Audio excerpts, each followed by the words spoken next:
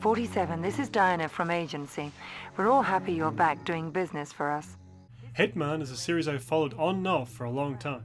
I was first introduced to the series via a preview for Hitman 2 Silent Assassin in the official PlayStation magazine. The first 2 pages of the review had a picture of Agent 47 from the shoulders up, and the words beside him in bold font read, "Sneak, Snipe, Strangulate."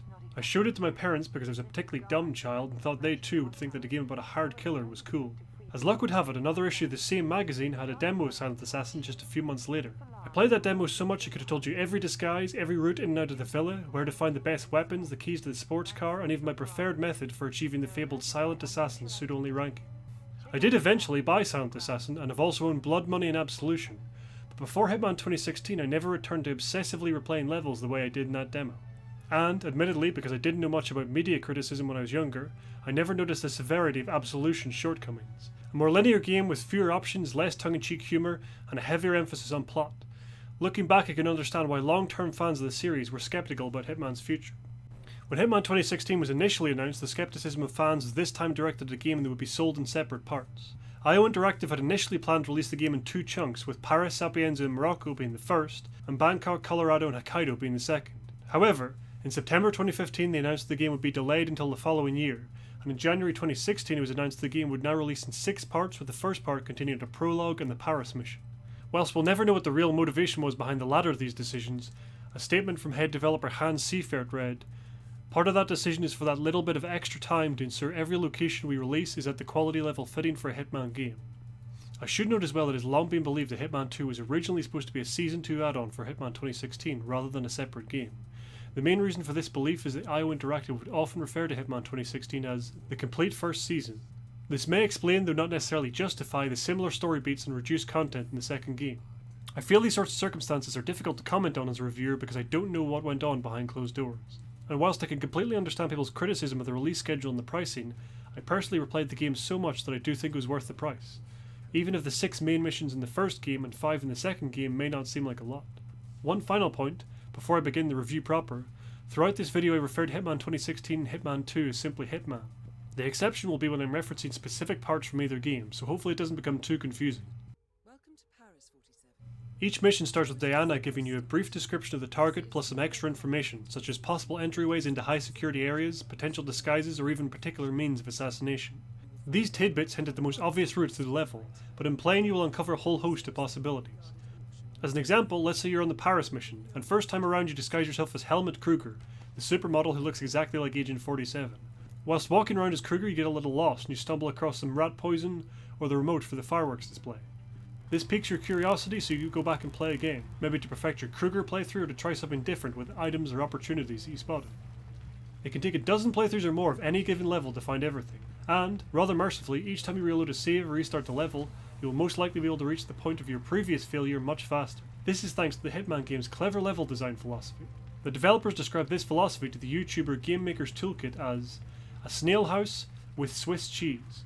By snail house they mean that every map has 1 or 2 main paths throughout the level.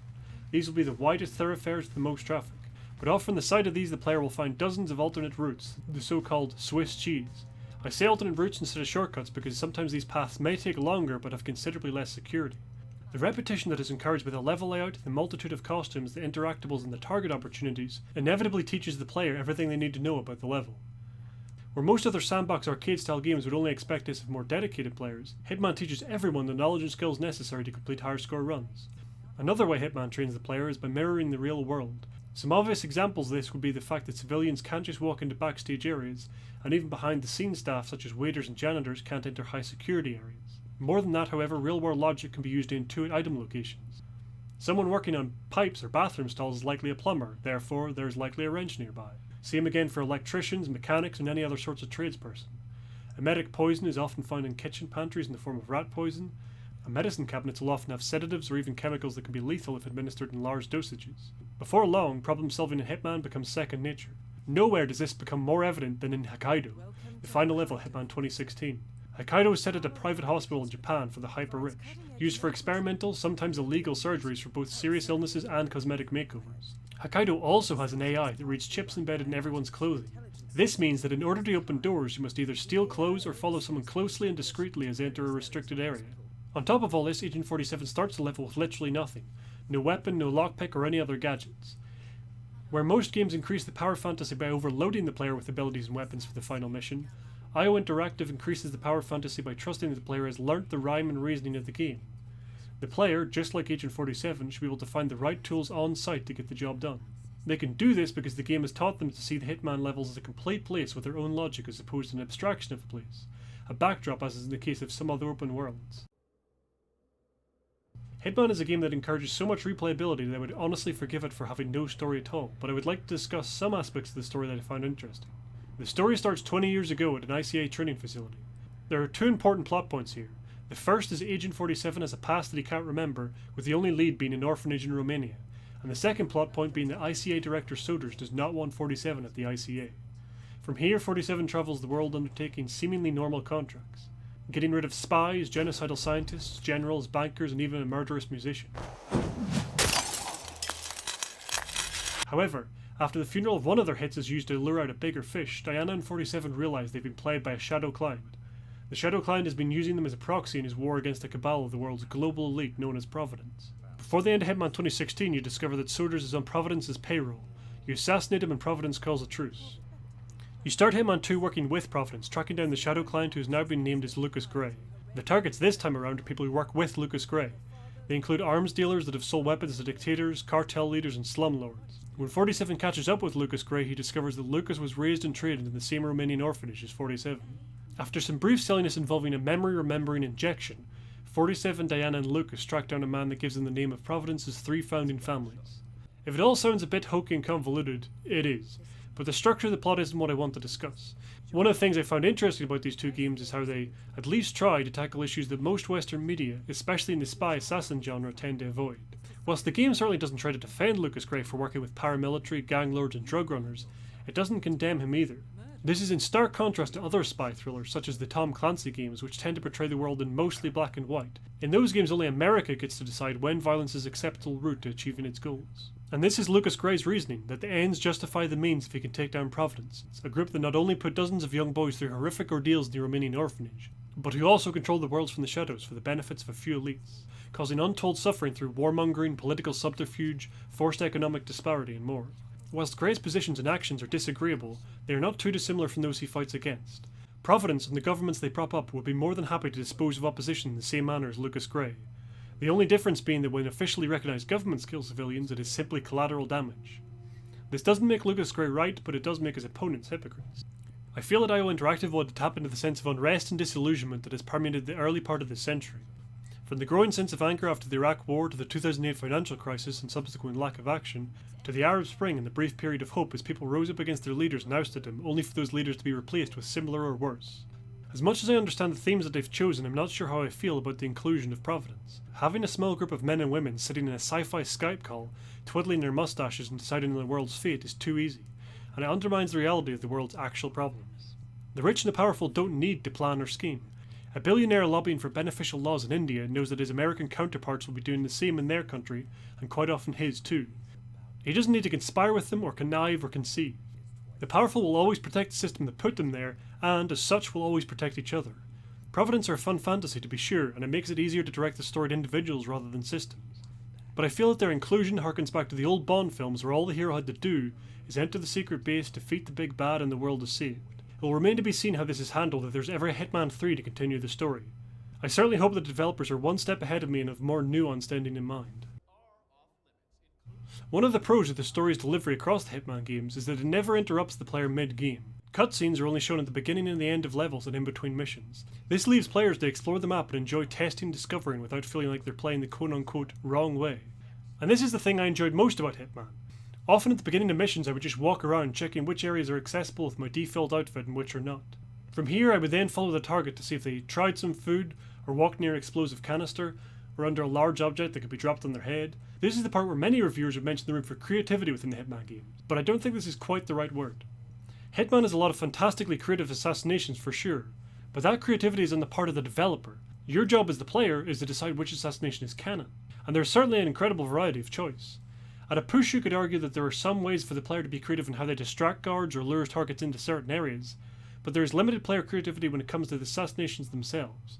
For a game to allow player creativity, I personally think it must allow interaction between systems, because that then gives the player the option to combine those systems in a multitude of ways, including ways in which the developers themselves may not have ever imagined. As an example of games that allow for player creativity, I would point to the Dishonored or Far Cry series. The way the systems in those games can be combined allows for creativity in the part of the player and how missions and targets can be approached and dispatched. But I digress. As I said, the developers of Hitman and the set assassinations they provide are incredibly creative, and the sheer scope and variance per level is unmatched in previous installments. Whether it's dropping a stuffed elk in the head of a Swedish banker, killing him in his own embassy with his home country's national animal, or destroying a replacement heart for the agency director that has betrayed you, killing him without even entering the room. IO Interactive have put a lot of thought into what tone they want to set, and that is one that perfectly skates the line between darkly cruel and comically ironic. If the comical assassinations weren't there, along with the dry humour, Hitman would veer uncomfortably close to becoming a manhunt game. If there were too many jokes, too many silly outfits, it would become parody, constantly breaking the fourth wall to elbow you in the ribs like Family Guy or Saints Row.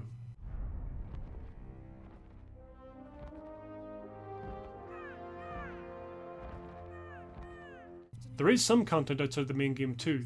I don't want to cover it in detail because the main missions and main story are what I intend to focus on in this and other reviews. But here's a brief rundown. There are sniper missions where Agent 47, or other characters if you're playing multiplayer, sit in a fixed position and take out multiple targets, often using accidents to hide a kill, or the impact of high caliber bullets to send enemies into bushes or other places you can hide their body. These missions do have some story related content, but you wouldn't be missing much if you never played them. There's also a multiplayer mode called Ghost Mode, in which two players play in the same map and chase the same targets to score points. Players can't shoot each other, however, they do have a ghost coin which can be thrown and will draw the attention of guards in both worlds, allowing for some A-grade trolling of your opponent. Aside from this, there are also contracts created by other players online, and also escalation missions which come in 3 stages where each stage demands new criteria, such as dispatching of extra targets, taking them out silently, or even dispatching of them with specific weapons. And finally, elusive targets, which are one-time only missions where the player must track down a target, eliminate them and exit the mission in one go. Failure on these missions, even once, will lock them out entirely until the next elusive target is released. As you may have noticed, some of this sounds like the kind of content you would get in a perpetually online game as service, and whilst this isn't a major issue, I do have some gripes. I understand that the game does provide semi-regular content that can only be updated if the player is connected to the server, but the issue I had was the fact that your player profile progression and individual level progression are only updated if the game can contact the server. This can affect the unlocking of new outfits, gadgets and mission starting points which are tied to both these progress bars. It hasn't happened often, but there have been occasions when I've finished the mission, even achieved a new personal best, and the game hasn't been able to connect to the server. Thus my profile hasn't been updated.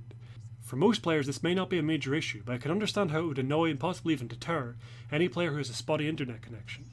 In fact, the times I have had issues connecting to the server, my internet was fine, it was just the game failing to contact it that was a problem. On top of this, Hitman, as with a lot of stealth games, also has selective enemy blindness. I understand it's not easy to balance the difficulty of any game, and whether people like it or not, companies do have to think about all players, not just the quote-unquote hardcore. And aiming for realism isn't necessarily the goal either, since let's face it, real humans could see Agent 47's shiny dome a mile away, poking up from behind a sofa. If you gave guards realistic eyesight, everything else about the game would have to be rearranged around this.